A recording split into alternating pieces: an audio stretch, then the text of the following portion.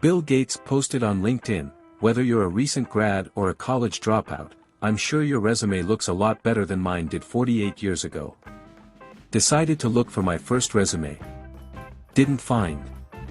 Then I thought, why do I need this extra stress, to compare my current state of affairs with the position of an 18-year-old guy, even without taking into account the future of this guy?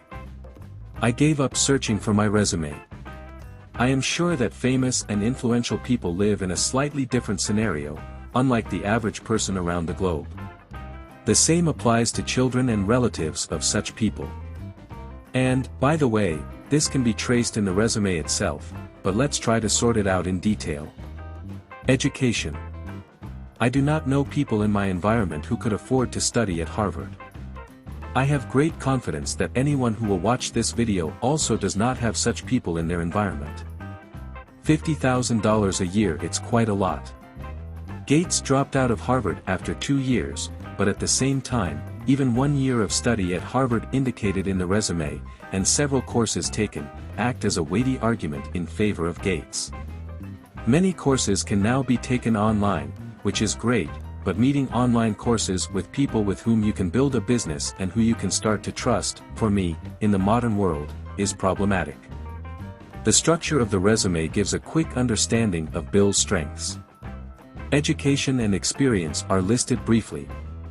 If I held such a resume in my hands, one glance would be enough for me to understand whether this person is suitable for my vacancy or not. I have interviewed several hundred people in my life, mostly junior-level specialists, because in my companies I always tried to create conditions for the development of skills, and there was a place for the possibility of making mistakes. Dozens of people who quit were already at the senior level, but this is more their merit, not mine. As for me, good specialists with a technical background should still have a resume structure similar to that of Gates, 1 page, briefly about the most important thing. The resume was written at the age of 18. If the height and weight data are indicated, then Gates considered them useful. It is very interesting to know why he indicated this data. I didn't have any ideas why such data would be useful for a technological vacancy, except for the desire to simply indicate, so to speak, a physiological portrait in front of the employer. It's hard for me to judge how much $12,000 for the salary Gates claimed, and whether it corresponds to his place and time. Using this inflation calculator, we see that it is about $72,000 per year today.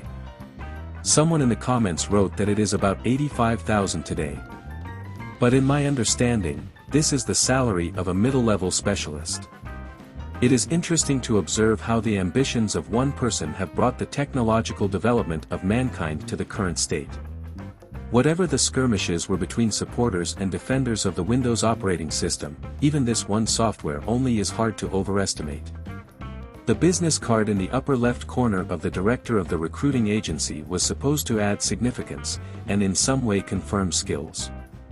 I was told about the times when a business card in the hands of some boss opened the doors to various corresponding offices. But, to be honest, I thought this practice was only in the countries of the former Soviet Union, but apparently, this card in the resume is also some kind of similar case. Now there are many services that, for some fixed cost, will automatically create a beautiful resume from the LinkedIn profile. There is a whole industry around the formation of resumes with services and products. Some specialists can squeeze a lot of interesting points from your biography for a resume for money. But in general, a good resume is simply about asking yourself the right questions and constantly striving to expand your expertise. The right question is understood as the ability to put yourself in the place of the employer, and periodically tell the imaginary employer at an imaginary interview about your skills. Let me know if you are interested in learning more about these services. Even in one of my videos, I analyzed one of the services that build its functions based on data from LinkedIn. Check out this video, link in the description. In general, when Gates says that most of the resumes are better than his, he is a little disingenuous. Because, as for me, even for the current year and day, such a resume can look strong, except if you replace the knowledge of 2 to 3 technologies with some more modern ones. But, also, is a little paradoxical, when on the one hand the skills are indicated in the resume, which for most companies are overquoting, and at the same time in front of them is an 18-year-old guy with height and weight in the resume. These 2 points are hard to compare.